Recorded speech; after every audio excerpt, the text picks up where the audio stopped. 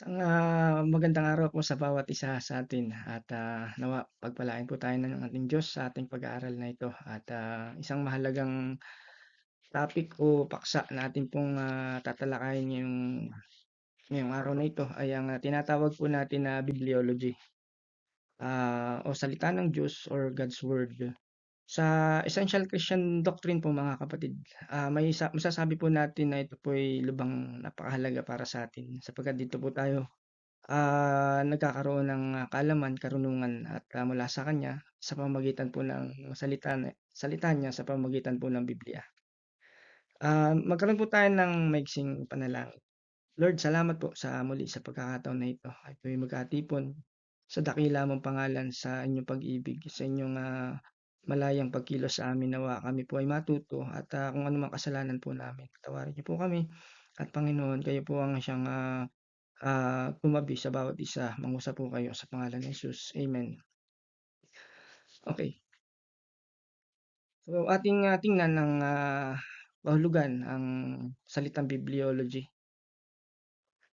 Ang bibliology mga kapatid, tungkol 'to sa pag-aaral ng Biblia. Wala tayong ibang pagkukunan ng impormasyon kundi ang salita ng Diyos o ang Biblia.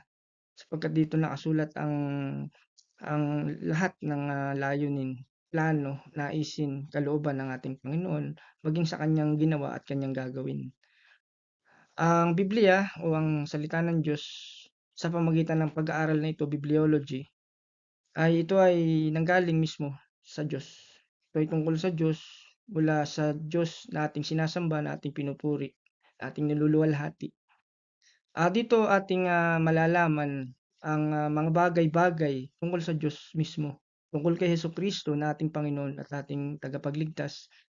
At ang kaligtasan natin ay dito natin na malalaman, matutuklasan at mapapag-aralan. So kung gusto nating maligtas o kung gustong maligtas natin o ng isang tao ay kailangan talaga natin ng salita ng Diyos. Alamin ito ng totohanan at ng buong puso, buong lakas, buong kaluluwa at pag-iisip. At sa kawalang hanggan. So from eternity past and from ongoing to eternity future. So yung mga bagay na naganap noon, historically, biblically, malalaman po natin dito sa mga bagay-bagay na pinag-aaralan natin tungkol sa Biblia. Okay? So kung walang wastong pananaw ang isang tao sa Biblia, mahirap maunawaan ang Biblia. Okay? Kaya kailangan natin ng tamang pananaw, yung right view about the Word of God.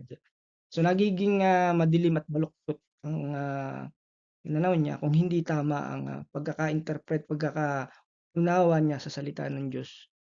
Kaya ang pag-aaral ng Biblia o yung tinatawag nating bibliology ay mahalaga sapagkat dito nakasaad kung ano ang Biblia mismo, kung ano ang sinasabi po ng Diyos sa atin.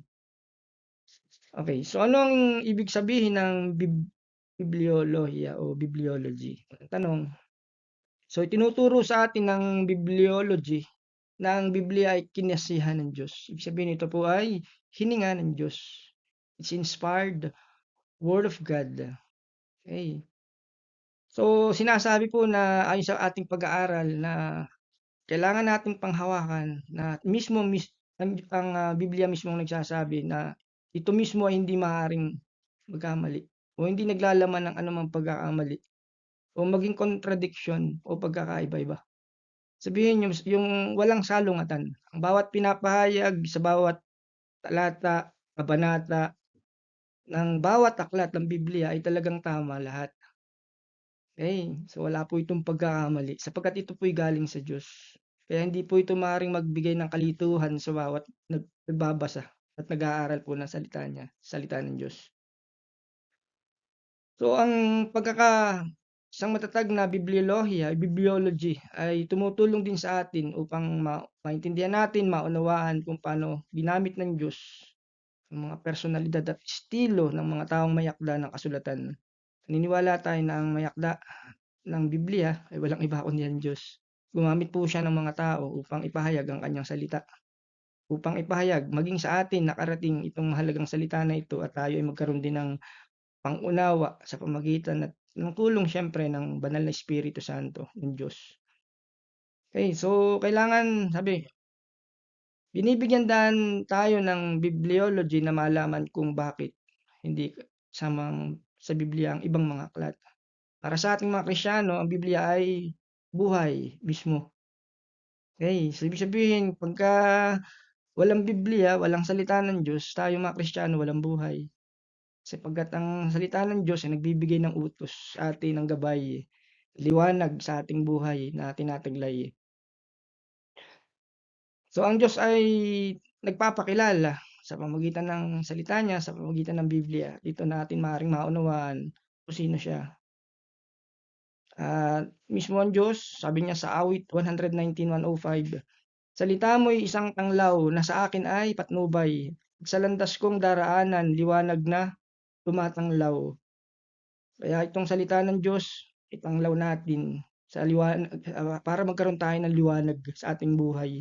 Sapagkat ang ating buhay na ito ay animoy para tayong mga pilgrim, mga naglalakbay lamang pansamantala dito sa lupa. Sa lupang madilim, kailangan natin ng tanglaw at liwanag upang tayo makalakad ng may kaliwanagan sa buhay na ito at marating ang pangako ng Diyos sa atin.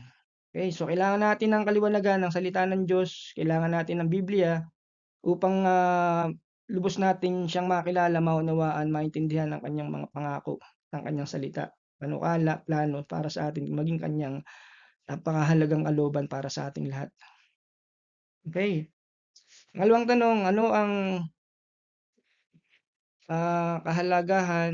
ang napakahalagang dulot ng Biblia?